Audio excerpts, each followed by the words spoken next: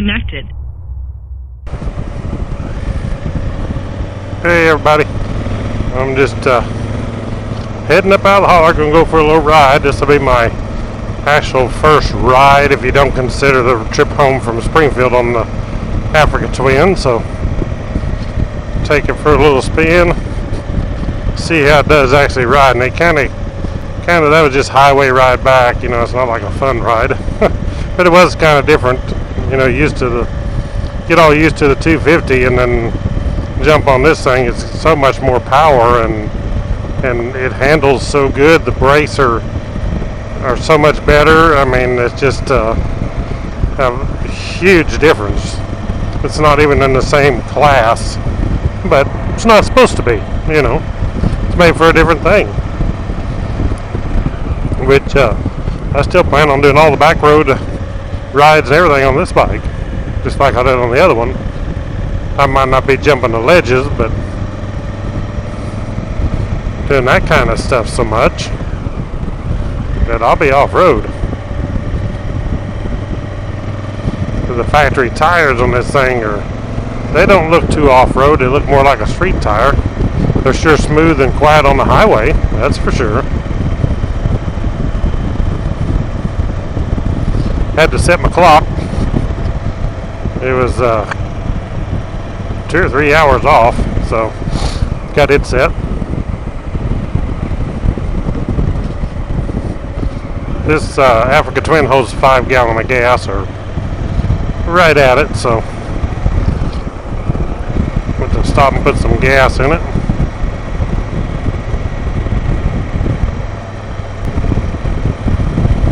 $83 degrees today.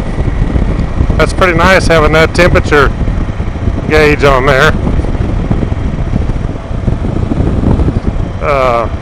Before I'd always have to, on my way to work, I'd get down by the bank in Cassville and I could look at the clock on the bank, but that's only if it happened to roll over about the time I'd go by or I'd miss it. So this is pretty cool having a temperature gauge on here for the air temperature out here. I was coming home from Springfield on this thing, and I met Blake. I didn't realize it was Blake. I'm not used to ever seeing him on that crotch rocket he's got, so it was him and one of his buddies, but I didn't know it was him. I seen somebody waving real big, and I was wondering why. Well, that's why. It was Blake.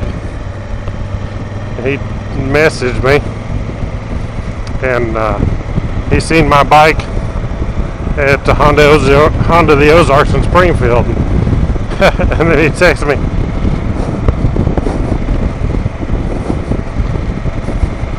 said, "You traded your CRF1000L?"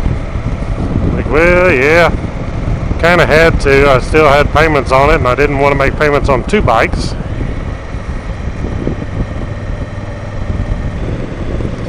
I think I might ride down around Roaring River and down in that way. So this Africa Twin has a lot bigger signal indicator, so maybe I won't be leaving it on all the time and having Blake getting on to me for it, and Kevin. Maybe. I still wouldn't put it past myself for doing it.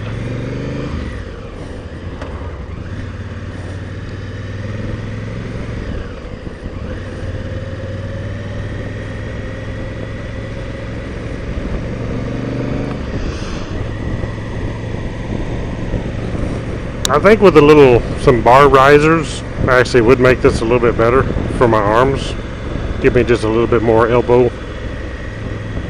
flex, you know, a little bit more bend to my elbows. These mirrors, actually, I can't believe it, are quite a bit better than the CRF1000L as far as seeing from my shoulder out. It's a lot better view.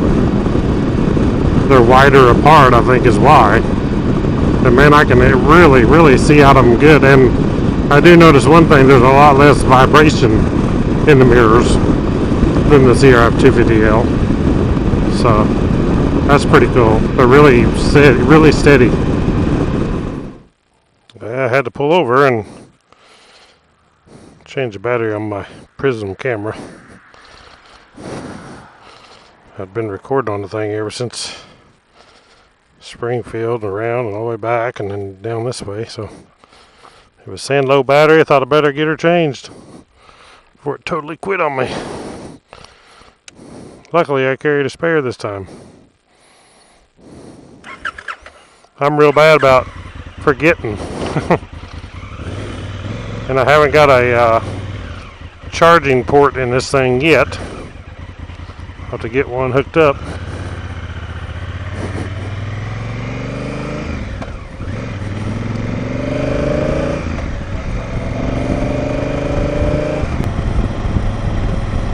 Firewood for sale, 50 cents, but it don't say how much.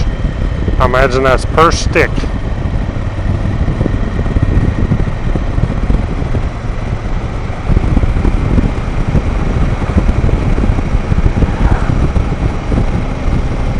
People buy them little old bundles of firewood to bring down to Warren River and use for camping or down the lake, which ain't too far from here.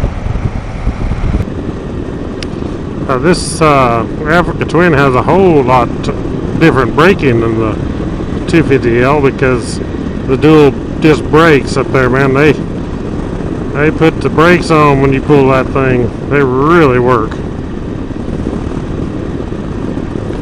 I had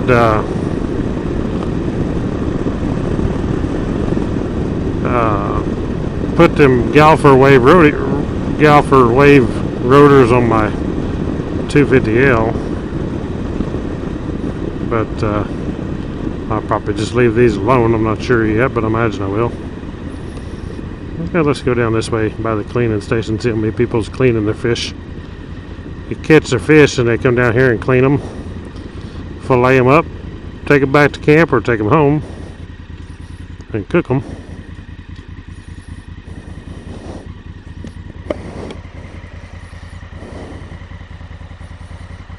There's several people there. I actually haven't been down here fishing in quite a while. Not as much as I'd like to. And this, let's see, October 31st is the end of it. It shuts down until March 1st.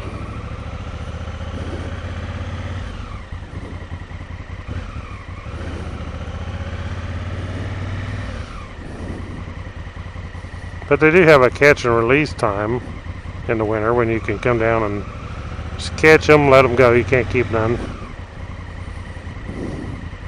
That's probably why they call it catch and release, I'd imagine. Well, that ain't crazy. I guess the battery I brought with me wasn't charged up, so it says Prism low battery. So it's going to go dead on me here in a minute. And I didn't bring an extra or no way to charge it, so that ain't gonna work.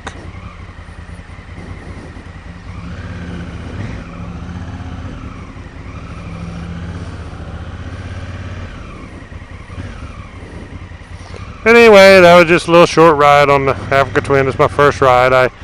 My initial thoughts on this bike is it's super sweet. It's a whole new world. It's not kind of really can't compare it to the 250 because it's a different breed. The power is amazing. Suspension feels amazing. Everything about it is just super sweet. But Honda the Ozarks gave me a good deal, and I couldn't turn it down. I actually even got the factory Honda panniers or saddlebags, some people call them, but they're the boxes. So I got a super deal on those. So hey, thank y'all for watching Woodzman Dual Sport Adventures. Please click the thumbs up if you're an Africa Twin person or CRF1000L person, either way, because I'm not getting rid of my videos. We're staying in there. But catch y'all on the next video.